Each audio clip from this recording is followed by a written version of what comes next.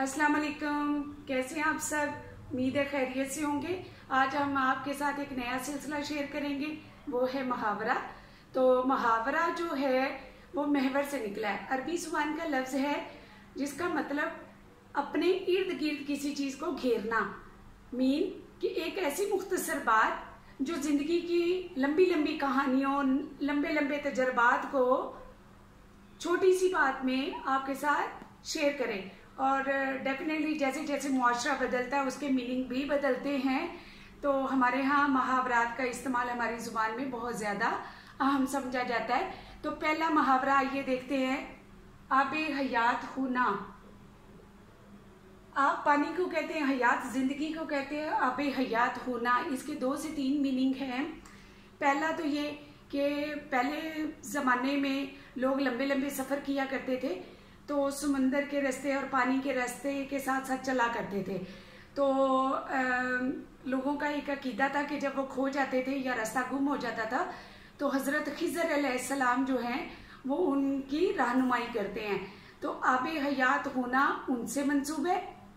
Number 2, आबे हयात होना, बादशाह जो पानी पीते थे उनकी सोहबत में जो उमरा और लोग बैठते थे और उनका जूठा जो पानी पीते थे उसको भी आबे हयात कहते थे, क्योंकि वो भी एक तरह से उनको ताकत और ज़िंदगी मिलती है जी। अच्छा जी, इख्तियारात भी कह सकते हैं। नंबर 3, आबे हयात होना, चूँकि ईम को हयात से, ईम को पानी से तशबीह दी जाती है, बेबहा होता है।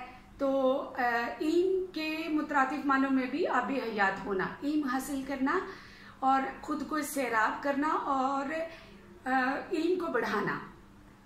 अच्छा जी, आगे है हमारे पास नंबर 2, अख की बुढ़िया।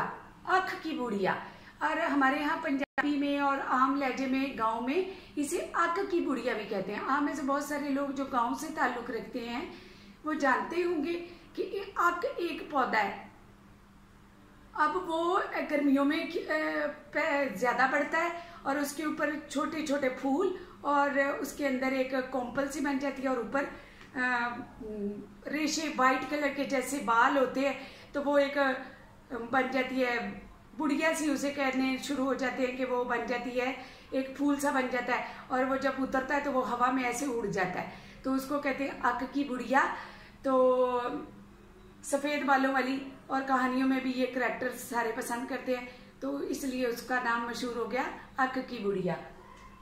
आगे देखें, आगे हाथ पीछे पात।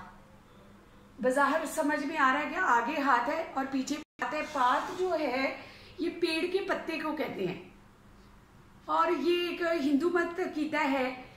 ये एक यूं समझ लें कि जिस्म को ढांपने के लिए, अपने मखसूस अज़ा को ढांपने के लिए पत्तों का इस्तेमाल किया जाता था।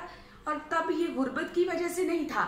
हिंदू और साधु और बुद्ध मजहब से ताल्लुक़ रखने वाले लोग इसको एक अकीदत के तौर पर अपने जिस्म और बॉडी पार्ट्स को ढांपने के लिए इस्तेमाल करते थे। तो उसी से ये मुहावरा निकला, आगे हाथ पीछे पात। मतलब इसका ताल्लुक गुर्बत से बिल्कुल नहीं है। अच्छा जी, नंबर 4, अलश करना। अलश करना होता है कि जो बादशाह थे उनका एक ख़ास किस्म का खाना पकता था, उसे खासा कहा जाता था। तो जो खासा था उसमें कोई और शरीक नहीं होता था सिवाय उमरा और बादशाहों के।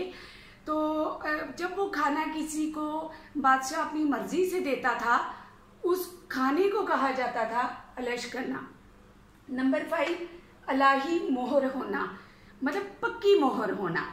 अब उसमें क्या है, दस्तावेज़ात होती हैं हमारी जो तस्दीक की जाती हैं, जिसे आप तो हम अटेस्टेड कहते हैं। तो बहरहाल रकम होना, वादा होना, या पैसों की सूरत होना, या कोई ज़मीन के टुकड़े की लिख पढ़ जो करते हैं, उस दस्तावेज़ात के लिए ज़ुबानी कलामी ये कह दिया जाता था कि ये जो दस्तावेज़ात है वो लाही मोहर है, मतलब ये पक्के वादे वाली मोहर है। मेरा ख्याल है कि आप को ये मुहावरात इंशाल्लाह ताला पसंद आएंगे और इससे आपके नॉलेज में भी इजाफा होगा और मेरे नॉलेज में भी इजाफा होगा। तो अगर आपको ये वीडियो पसंद आई हो तो इसे लाइक कीजिए और अगर पसंद आई है तो शेयर कीजिए एंड सब्सक्राइब कीजिए।